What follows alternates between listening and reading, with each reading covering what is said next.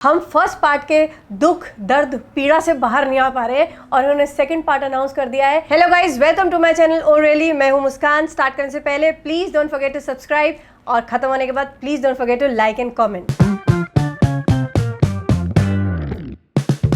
तो बात यहाँ हो रही है कंगवा की, जिसका एक्साइटमेंट लेवल बहुत ज्यादा था कल तक, और एक डर भी था कि मूवी रिलीज होने वाली है कि नहीं होने वाली है। खैर, रात तक उनके जो मेकर्स हैं उन्होंने पैसा डिपॉजिट करा दिया कोर्ट में, पार्ट पेमेंट कराया बट करवा दिया, and finally the movie released. लेकिन क्या ये पैसा डिपॉजिट करने का फायदा होगा उनको कि नहीं होगा, या फिर वही वाला हाल हो जाएगा जो थंगलान के टाइम हुआ था। बेसिकली मूवी को दो मूवीज को मिला के बना लिया गया है, दो स्टोरीज को मिला लिया गया जो कि प्रभास की ही मूवीज हैं। एक में प्रभास थे बाउंटी हंटर जो थी कल की, और दूसरा जो बाहुबली वाला बैकड्रॉप था ना, जो विलन को कैरेक्टर दिया गया था, तो दोनों को मिला के एक खिचड़ी सी बना दी गई है और हमारे सामने परोस दी गई है।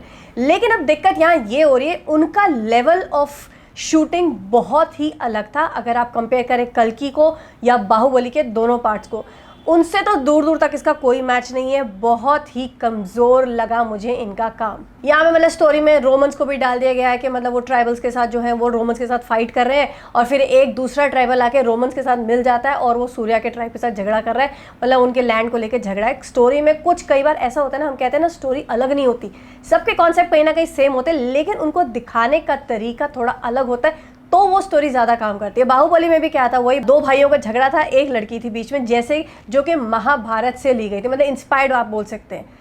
तो वो भी कोई अलग स्टोरी थी, लेकिन उसको दिखाया इतना अच्छे तरीके से था कि आज भी आप एक एक सीन याद कर सकते हो उसके बारे में और बता सकते हैं ये सीन सबसे बेस्ट था।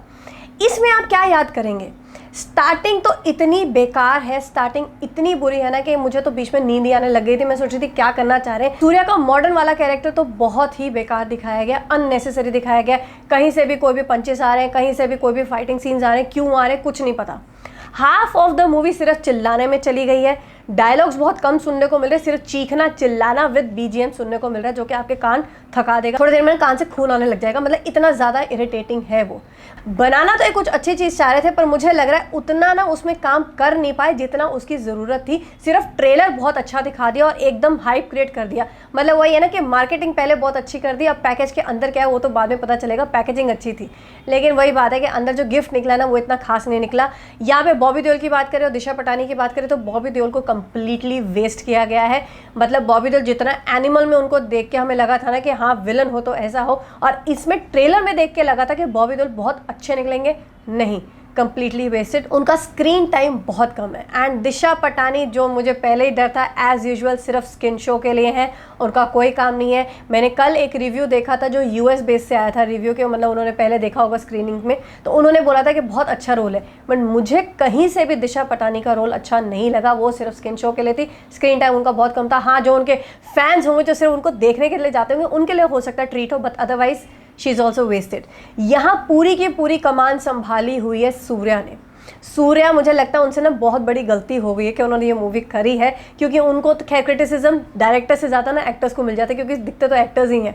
सो यहाँ पे उनको क्रिटिसिज्म मिलेगा, और दो उन्होंने अपना पार्ट बहुत अच्छे से प्ले किया है, जहाँ जहाँ स्क्रीन पे दिखे हैं बहुत अच्छे से दिखे हैं, लेकिन बाकी कमज़ोर मूवी की वजह से ना उनके ऊपर उंगलियां जरूर उठने वाली। VFX बहुत बेकार रहा है, मतलब VFX में और ज़्यादा अच्छा हो सकता था। ये लग रहा था बहुत पुराने टाइम का VFX हो। ये मूवी 2019 में अनाउंस हुई थी, पर 2020 में बंद हो गई थी, तो 2019 इतना भी पुराना नहीं है कि तब उस टाइम पे VFX अच्छा नहीं होता था। VFX सबसे अच्छा चल रहा है। इन्होंने मूवी शुरू कर थी 2020 के बाद, क्योंकि वो रुक गया था बिकॉज ऑफ कोरोना। सो ऐसा हम नहीं कह सकते ना कि इनके पास चीज़ें अवेलेबल नहीं थी, सोर्सेज अवेलेबल नहीं थे कि अच्छा काम कर सकते थे, लेकिन कहीं ना कहीं ओवर कॉन्फिडेंस पे मुझे लग रहा है ये मारे गए हैं। और ओवर कॉन्फिडेंस की बात करें तो इन्होंने इसका सेकंड पार्ट भी अनाउंस कर दिया है। हम फर्स्ट पार्ट के दुख दर्द पीड़ा से बाहर नहीं आ पा रहे हैं और इन्होंने सेकंड पार्ट अनाउंस कर दिया है, और पता नहीं क्या सोच रहे हैं। हो सकता है सेकंड पार्ट कुछ अच्छा बना सकेंगे। इस मूवी के लास्ट में एक बहुत मेजर कैमियो भी दिया गया है, लेकिन आप एक कैमियो के बेसिस पे पूरी मूवी को बचा नहीं सकते हैं। कैमियो आप जाके देखेंगे, मैं I don't want to waste it for you. तो अगर आपको मूवी देखने का मन करे तो आप वो देख सकते हैं। वो कैमियो थोड़ा इंटरेस्टिंग है, लेकिन पूरी मूवी के हिसाब से सिर्फ एक छोटा सा cameo will not work. Bobby Deol भी एक तरह से कैमियो के रोल में दिख रहे हैं, दिशा पटानी भी कैमियो के रोल में ही दिख रही हैं। सो ऑल इन ऑल मुझे लगता है ये बहुत मूवी बेटर हो सकती थी। इन्होंने स्टोरी लाइन बहुत अच्छी पकड़ी थी, लेकिन couldn't do better. So I hope next time अगर ये सेकंड पार्ट बना रहे तो उसका अच्छा बनाए। सो मैं इस मूवी को ज़्यादा से ज़्यादा 2.5 दे सकती हूँ आउट ऑफ 5। वो भी इसलिए क्योंकि फैमिली मूवी है, मार धाड़ अगर लोगों को पसंद हो तो देखने जा सकते हैं, उसके अलावा इस मूवी में कुछ भी नहीं है। सो आप भी सोच समझ के देखने जाइएगा, क्योंकि हो सकता है आप बीच में सो जाए और फिर बाद में मत बोलिएगा कि मैंने रिव्यू में बताया नहीं। सो आपको मेरा रिव्यू कैसे लगा मुझे ज़रूर बताइएगा इस वीडियो के कमेंट बॉक्स में, एंड मैं आपसे जल्दी मिलूंगी एक नए वीडियो के साथ, एक नए रिव्यू के साथ।